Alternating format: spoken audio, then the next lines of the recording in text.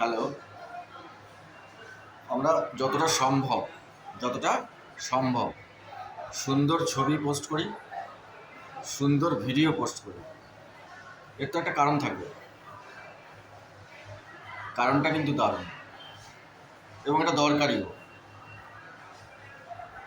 কারণ মনের মধ্যে আমাদের অনেক কিছু চলে, খারাপও চলে, ভালোও চলে।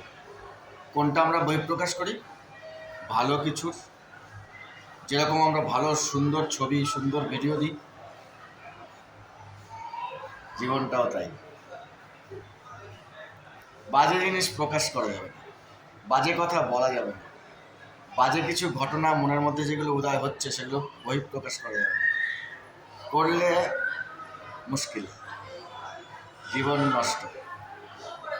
সুন্দর ছবির মতন, সুন্দর ভিডিওর মতন, সুন্দর যে কাজগুলো মনের মধ্যে রয়ে গেছে সেগুলোর বহিঃপ্রকাশ ঘটুক এবং বেশি করে সেই কাজগুলো মানুষকে দেখানোর চেষ্টা করা হোক, তাতে ভালো হবে।